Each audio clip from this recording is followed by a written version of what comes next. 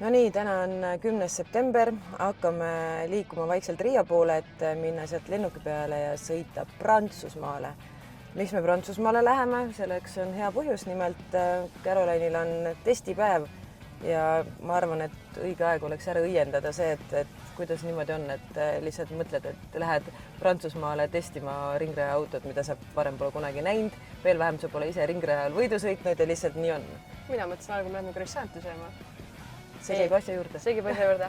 Ei, tegelikult, kus see kutse tuli, siis on kuskilt aegade algusest leidis juba ja tänu imelisele sotsiaalmeediale siis Jonathan ülesse, kes on ise pesitseb Monacos ja tegelikult tema selle kandidatuuri üles seadis ja nagu prantslastele kohane, siis seal on ikkagi enamasti prantsuse keel, nii et tema neid asju seal põhiliselt ajas, et eks suur tänu on talle. Aga see on kõik hea, täiesti niisugune esmakordne kogemus, nii et nagu sa ütlesid, pole ringrajal olnud, pole selle autoga tutvunud. Autot näeme esimest korda koha peal, nii et ma arvan, mõlemal on päris huvitav, mis sealt kõik välja hakkab tulema. No mis selle testipäeva suurem eesmärk on? Et see ei ole ju lihtsalt nii, et pole midagi teha, käime Prantsusmaal, sõidame autoga, tuleme koju tagasi. Ei, muidugi. No suurem eesmärk on ikkagi meeskonnal või siis naiskonnal on ja kõik on ju naised. Et ainuke, mida ma täna tean, on see, et seal on kokku 6 naist, kus minuga kõik ülejäänud on prantslased, nii et saame harjutada hoolega prantsuse keelt.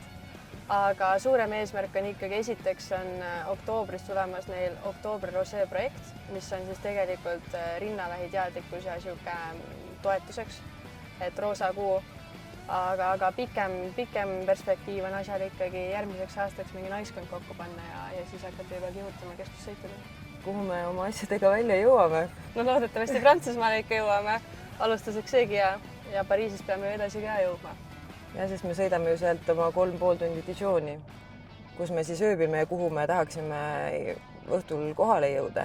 Sest et meil on väga huvitav majutus pandud Dijonis, et meile tuli vähemalt kinnituskiri juba ära. Jaa, kinnituskiri on tõesti väga huvitav, et tere! Täname, et valisite oma peatumiseks meie asutluse, iseseisvate eakate elukoht. Nii et Kairi, me oleme jõudnud sinuga sinna vanusesse, et on aeg olla iseseisev eakas. See on see, kui Caroline valib ööbimist basseini järgi, vaatamata seda, et me oleme sattunud eakate hooldekodusse või pensionaati. No kuulge, me lähme ainult sinna magama ja ma arvan, et meie need majakaaslased saavad väga toredad olema. Ja olgem ausad, ega me vananeme ka kunagi, nii et meil on vaja ikkagi koht tulevikuks välja valida. Just, aga sealt edasi siis hommikul stardime ringraja poole.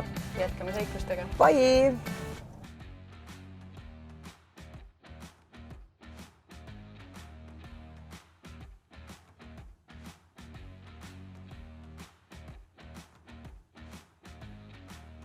Tere tulemast Burgundia südamesse, kuhu siis tavaliselt tullakse veini pärast, aga meie tulime siia bensiinilõhna nautima.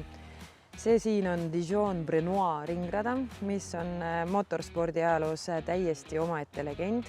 See avati juba 72. aastal ja kuulsus kogus see siis 70. lõpus, kui siin toimusid Prantsusmaa F1 Grand Prix. Kõige kuulsam hetk on siis ilmselt 1079. aasta Renault esimene turboauto võit, kui siis sõitsid sellised mehed nagu Gilles Villeneuve ja René Arnoux. Vabandust, prantsuse keele pärast pole kõige tugevam külg mul, aga nende selline pöörane duell on see, mida siis peetakse tänaseni F1 ajaloo parimaks möödasõidulahinguks. Te võite ise ette kujutada, kui siis 2 autot ratas, kontakt, kumbki ei taha alla anda. Selline mõnus duell siin rajal aset leidis. Rada ise on lühike, pikkust on tal umbes selline 3,8 kilomeetrit, aga selle raja puhul on eriti äge see, et on hästi voolavad, kiired kurvid, hästi palju tõuse languseid, et sellel rajal ei ole selliseid kunstlikke šikaane tehtud, selline, võib öelda, et vanakooli võidusõidurada. Et see on selline rada, kus siis pead olema ise hästi täpne, hästi julge ja ma arvan, et see on ka koht, kus siin saab näidata sõitja rohkem oma oskust kui seda, kui võimsa autoga ta siin võidu kihutamas on. Enne kui rajale läheme, teeme väikese sellise ajalootunni. Et Ligier, see nimi tuleb siis Prantsuse võidusõitjast Guy Ligierist, kes siis otsustas pärast oma sõitjakarjääri hakata hoopis ise autosid ehitama. et ongi, et kui me räägime Ligierist, siis tegelikult me räägime ühest väga erilisest peatükist Prantsuse motorspordist, sest et brändi pani aluse mees nimega Guy Ligier, kes oli siis endine F1 ja Endurance'i sõitja, kes siis pärast oma karjääri otsustas, et noh, kui ma enam ise ei sõida, et siis ma parem hakkan autosid ehitama. Ja nii siis sündiski Ligier Automotive 69. aastal. Miks kõik Ligieri autod kannavad ees initsiaale JS, et see ei ole juhuslikult. JS tähendab Joe Slesserit, kes siis oli Guy Ligieri lähedastest sõpradest ja meeskonnakaaslastest, kes siis kahjuks traagiliselt 68. aasta Prantsusmaa GP-l hukkus. Ja Guy Ligier tahtis siis, et tema sõbra nimi elaks siis edasi iga siis tema ehitatud autos. Ja nii ongi Ligieri autodel nimed siis JS1, JS2, JS2R ja nii edasi ja see traditsioon jätkub tänaseni. Aga Ligier ei piirdunud ainult sportautodega, nad tegid ka oma F1 tiimi. 76. kuni siis 1996. oli Ligier vormel 1 kohal ja nende kontol on lausa 9 etapivõitu. Kui prantslased tahtsid omale rahvuslikku tiimi, siis ilmselgelt oligi Ligier. Sinised autod, prantsuse sõitjad ja loomulikult meeletu kodupubliku tugi.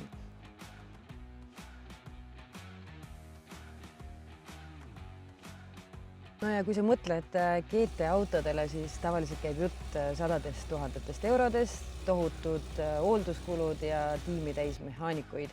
Nagu näete, meil on täpselt mehaanikuid kokku 2, nii et sellega saab kenasti hakkama.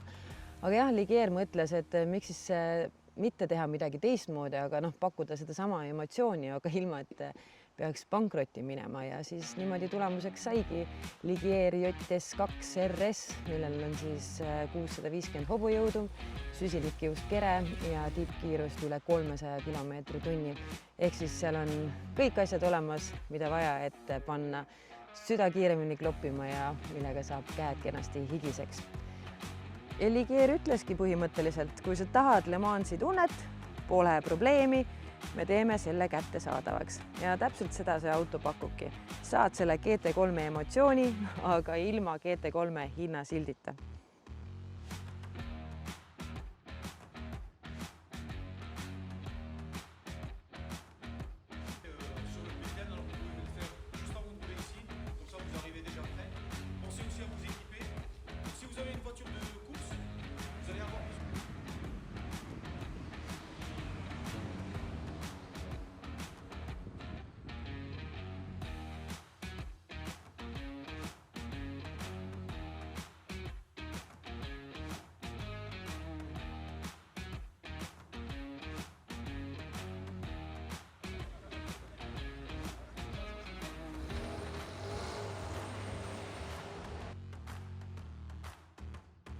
Me tulime hästi vaikselt siia praegu peitu, sellepärast, et mingisugune paanika on tekkinud, ehk siis üks neiu on rajalt välja sõitnud. Ma ei tea, mis seal nagu juhtus. Ma ei tea, kõik jooksevad ringi, auto on kadunud ja neiu on kadunud, nii et mingi kõva sihuke pauk nagu käis justkui ja mingi pidurdusjäljed või õigemini pidurdushääled. Aga mis juhtus, seda me ei tea siiamaani. Ma arvan, lähme piilume, me oleme siin vaikselt praegu siin garaaži taga, et lähme vaatame, et kas ta on kohale. Kas me julgeme üldse minna, kas auto on terve? Päris hea on ju niimoodi sõitma minna, et tuled sõidad on ju Prantsusmaale ja tegelikult sa ei teagi üldse, kas auto on nüüd terve või on ta ära lõhkunud selle. No peame lootma parimat. No, lähme vaatame. Lähme vaatame.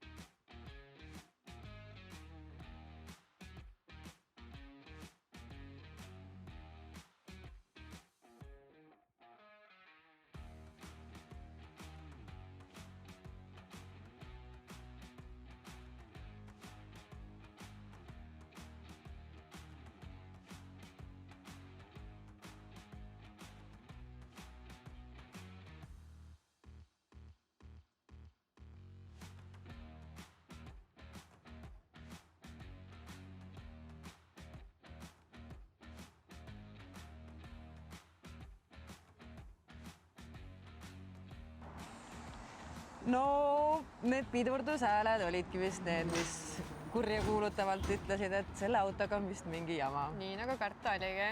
No jaa, aga tegelikult hääled olid, olgem ausad, päris nagu teravad. No hääled olid hullemad õnneks, kui asi ise hetkel tundub, et loodetavasti mina ei ole veel rajale saanud, nii et loodetavasti see sõit siia oli seda väärt ja auto ikkagi saadakse tagasi korda, et hetkel tundub, et midagi hullu ju justkui ei ole, et tehnika võiks korras olla, kive on siin lihtsalt mõned vaata siia, kui palju kive siin on, reetselt ämbritega saad killustik.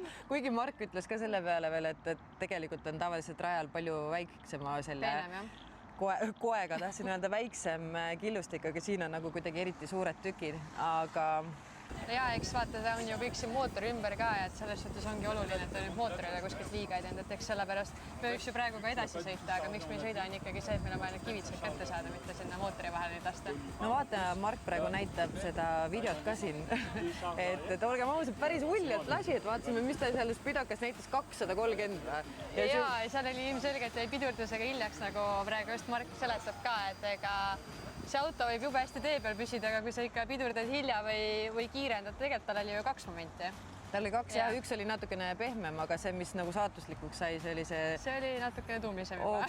Vaata, Mark seletas ka hästi, ütles, et sellel rajal on vaata need nukid on ja, et kui sa tuled, sul läheb tagumik kergeks, et kui sa valel ajal pidurdad, jätad selle pidurdusmaa liiga hiljaks ja see ongi. Sul läheb nina maha ja tagumik on õhus ja ongi kõik tšaubaka on ja kui sul on hoogu veits nagu palju ka selle kurvi jaoks, siis ongi. Mis me õppisime sellest, jube täpsus on see pidurdamine ja kuna sa selle gaasi annad, et kui sa kurvist välja lähed, siis sa pead selle gaasimomendiga õige hästi ei lasta info mitte kohe põhja vajutama.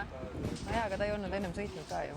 Mitte nagu sina oleks. See on väga hea, kust rajale peale minna, kui ma peaks olema järgmine ja enne mind oli ka see, kes ei ole sõitnud. Nii et. No samas, kui me seda autot vaatame, siis ma võiks öelda, et no jumal tänatud, et see on tegelikult sõidukorras. Praegu nad panevad siin need plastikud peale ja saab edasi sõita. Mitte nagu ralli, et oleks juba nägemist. Jah, et ma sõidad pika maa, tuleb Prantsusmaale vaatama, kuidas teised sõidavad ja siis tuled sama targalt koju ära.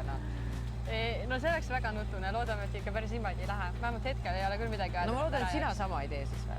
No üritame, lootma peab ja üritame, see on päris hea muidugi. Sa tead ise ju kunagi ei saa lubada. No seda enam, kui sa juba autos oled ja nagu seda stardilipp on siin, kui tšaubaka, mõistus läks. No võt, seda sa tead. Ja ma lubama ei hakka, aga ma annan endast parima. No davai, lähme vaatame siis, mis nad selle autoga edasi teevad.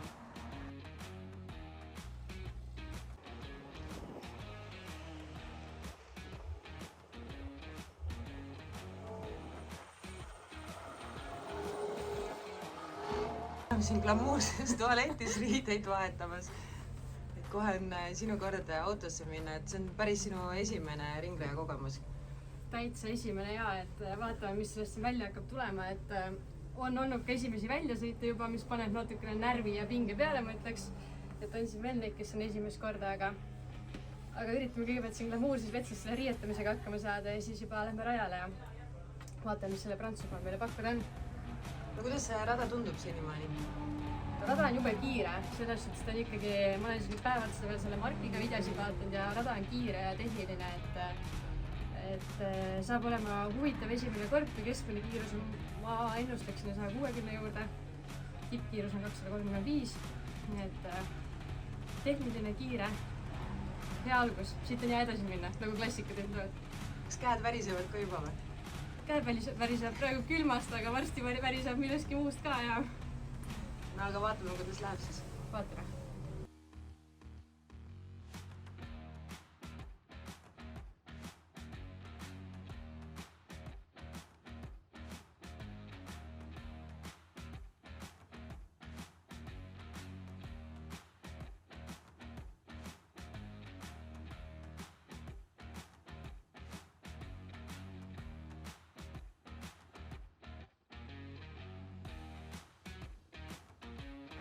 No kuule, super sõit ju tehtud. Kui me ennem siin rääkisime suga, et vaatame, et ära seda sama tee, mida need teised tüdrukud tegid, et sa välja sõidad. Ja mida ma näen? Esimese hooga naksti läinud ta ongi. Mis tegid siis? Mis juhtus? Esimese hooga ei olnud, see oli võib-olla teine hoog, aga asja juhtub ju. Mis ma tegin? Ma tegin sama, mis eelmine. Natukene liiga vara läksin gaasi peale ja sealt see kerge spinn tuli, aga ma osaan ikkagi öelda, et see ei kerge, sellepärast et nagu me näeme, siis kivekorjat me ei tee, nii et me oleme ikkagi rajal alles. Nagu räägivad, vaata, et see on selline nii-öelda vaese mehe GT3, et saad selle sama sõiduelamuse kätte, et on siis ta nagu nii perfektne, et sa nagu sulab sulle sinna kurvidesse ja pidamine on mega hea. Sulab sinna tagumikku alla. Ja ei, selles suhtes ta on ikkagi nagu liimitud, püsib seal, aga ongi see, kui sa ikka pidurdab valem momendil või vajutad seda gaasi natukene enne või natukene liiga palju, siis ta ikka läheb väga kergelt käest ära. No vaatasid kiirust ka või? Palju välja tuli vahepeal? Sirge peal oli päris palju aega vaadata, ma nägin isegi sind seal raja ääres. No ma nägin vaeva ka ikka, et hüpata ja seal ja filmida ja lehvitada ja... Seal oli 240 tuli. Noh, pole ju paha või? Pole paha, alati saab rohkem, aga... Ma arvan, et esimese korra kohta, et vist ei maksa nagu nii hullu ka panna, sest teised tahavad ka sõita ja sellega on vaja... Nii nagu me sinuga enne rääkisime, et no ei ole mõtet minna ju sinna 240-ga proovima ja vaadata, kas see pidur toimib või ei, aga no nagu näha, et siis tead, mind oli ikka vaja proovida. No sa tulid vahepeal maha ka, ma juba otsisin taga, ma mõtlesin, sa oled kadunud kuskil, et ma ei näinud siinpool, ma ei näinud sealpool. Sa vaata, nops tuleb maha, et tegelikult sul oli aega veel sõita, et miks sa maha tõi? Ma korraks tulin sellepärast, et see spinn ikkagi oli natukene nii-öelda tagaosaga seal nende samade kivide või kruusa peal, nii et ma igaks juhuks, et seal mootoris mingeid kive ei oleks, et ma seda kinni ei hakkaks maksma.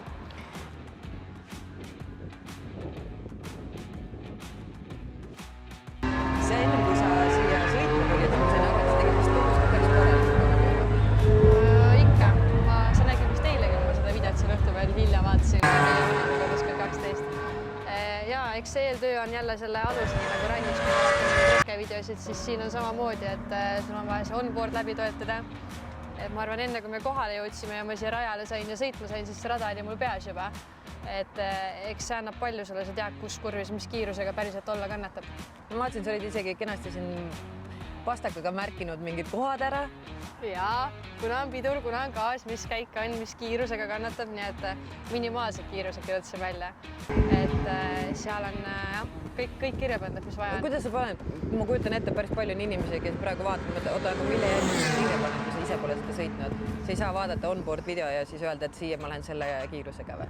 Ei, no eks ikka päris palju saab onboardist, ma vaatasin lihtsalt neid erinevate sõitjate omasid ja erinevaid onboard'e, nii et sealt tuleb enamus välja, aga eks Jonathan andis ka hästi palju nõuda, on seda ise sõitnud ja nii-öelda kodukantel, kodurada, nii et eks ta oskab juhendada ja nüüd me vaatasime ju ka Markiga enne kõik veel üle, nii et sealt oli ka palju kasu.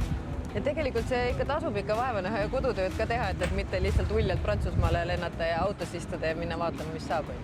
Ei, no see oleks vist jah juba liiga siuke mütsiga lööma minek olnud, et ei tasu kohe seda võimalust lörri lasta.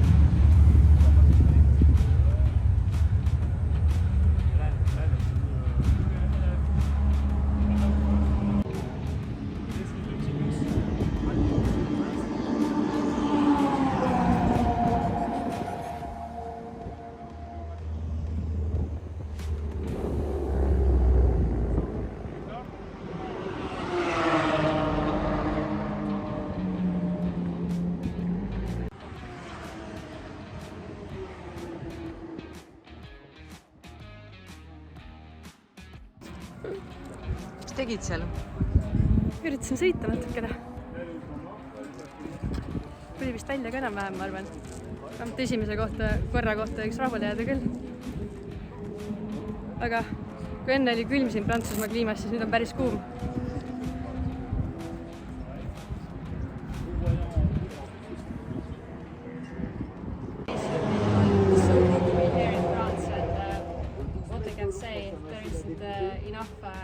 To describe the emotions at the moment because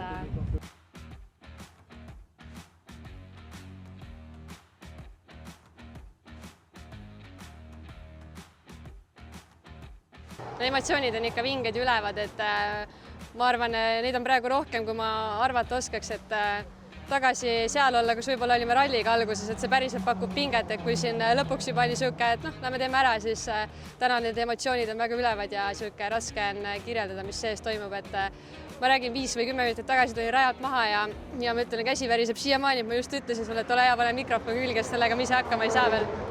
No kuidas on, et tegelikult, olgem ausad, sa ei ole varem ringraja autoga sõitnud, täna oli ka hästi selline kiire kokkuvõte, mis nupud kus, et veits nagu ärevust ei tulnud peale, et tegelikult nii väikse ajaga, et endale see auto ruttu selgeks teha.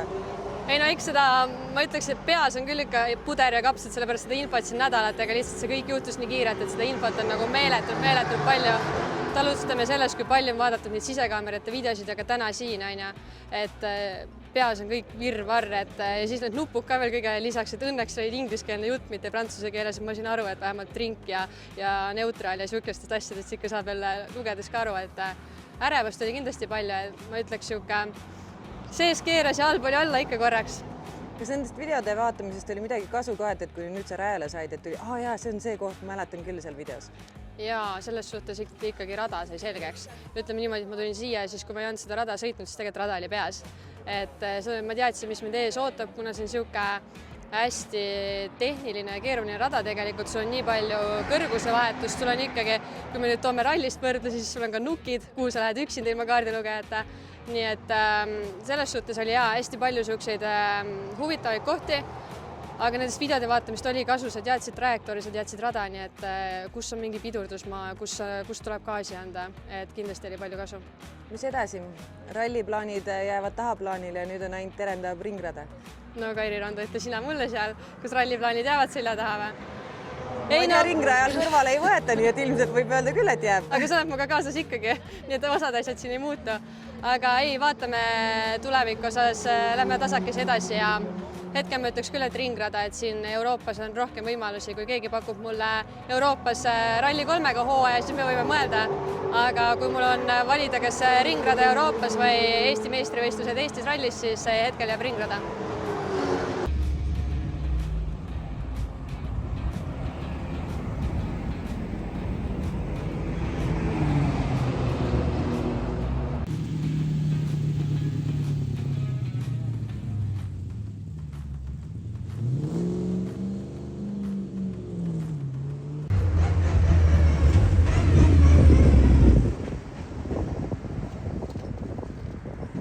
Tegemist on meil siis Prantsuse enda autoga Ligier JS2R ja vaatame natukene, mis siin sees ka on. Nüüd me oleme juba ise ka targemad, mis siin on.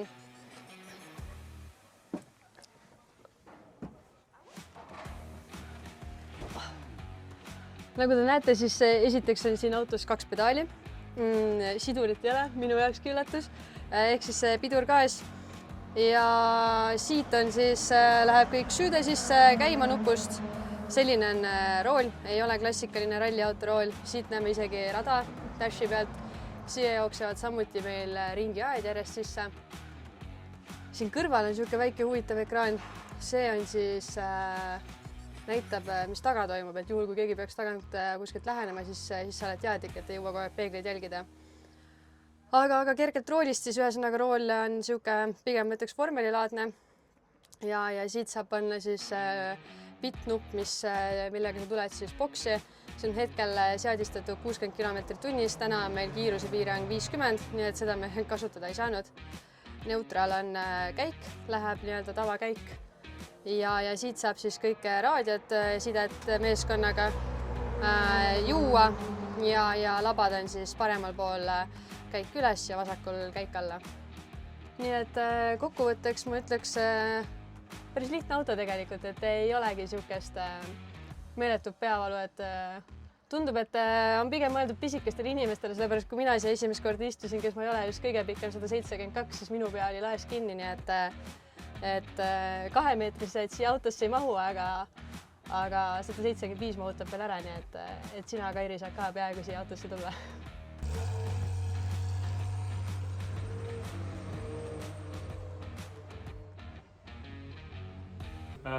This project that we want to do for Pink October in France, we want to do that again next year, either at a race weekend like this year, or just organize a day for like this, bring female drivers to try and test the car, or bring other people with them, because we can add a secondary seat in the car. And we'd really like to do more days like this, because I want to drive. This is what I want to do most, but I want to drive for myself, but provide other people with opportunities if I can. But how did you choose who can get here today for the test day? It was between the people I knew and the people my girlfriend knew, because she's the one behind pretty much this project for Pink October. It's pretty much her idea, but the idea of the all-female lineup is mine, and we chose a few because we couldn't do a day like this with 10 or 15 drivers. We wanted to drive to bring people who had already driven in endurance racing, to have one or two leading pilots in the lineup, and bring people that didn't either knew the car or track driving, or that had never really driven any car. So we chose from the people we knew or heard of, and we brought them all together today, and it's really nice that they all could come this day. nii et lõppkokkuvõttes, et see aeg, mis sõidetud sai, oli igati seda väärt, et hammas on verel nüüd, on ju? Hammas on verel jah, kahjuks on järgmine asi, kus sa selle sõrme annad ja läheb kogu käsi, nii et loodetavasti varsti jälle.